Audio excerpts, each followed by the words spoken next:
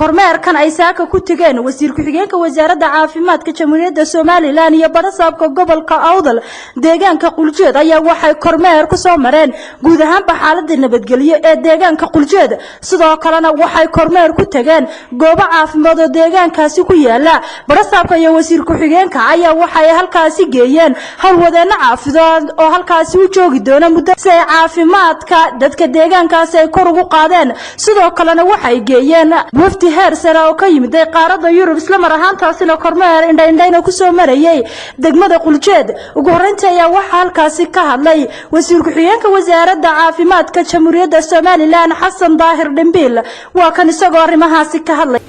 qolada caafimaadka oo ka timid wadamo kala duwan qaar miisina ka yimaadeen Ingiriis ka yimaadeen qaar Kanada ka yimaadeen oo isku jira ayaa waxay doonayaan adeeg caafimaad oo bilaasha oo ay dawaduna bilaash tahay in halkan adeegii ugu horeeyay ka bilaabaan waana halkii laga bilaabay waa halkan waa bilowgii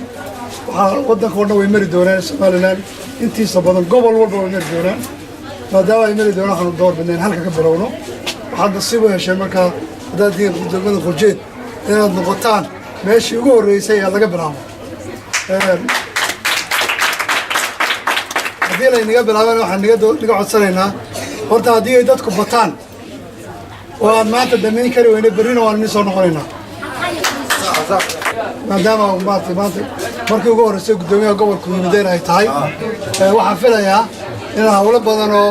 aan horey looga qaban laga bilaabo maanta inaan ka hirgelino meelaha fogfog ee aan la gaari karin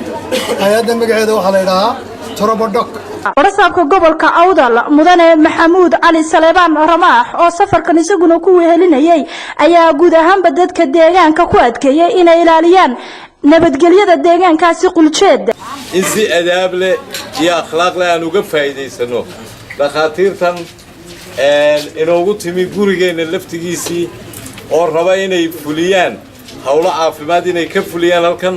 oo runtii inoo ah tijaabo wanaagsan oo aan ka rajaynayno in aynu bilowga arrintaasba inay noo noqoto hadday saan rabno inoogu bilaabato in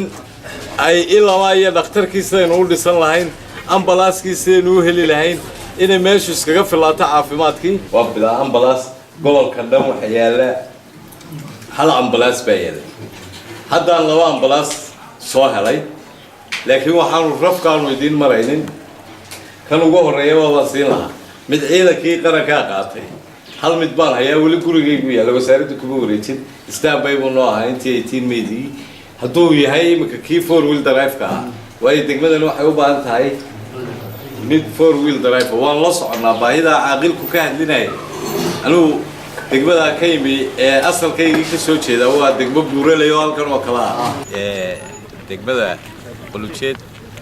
waxaan runtii taaganahay xuduudkii waxaa taas micnaheedu yahay in arladu ammaan tahay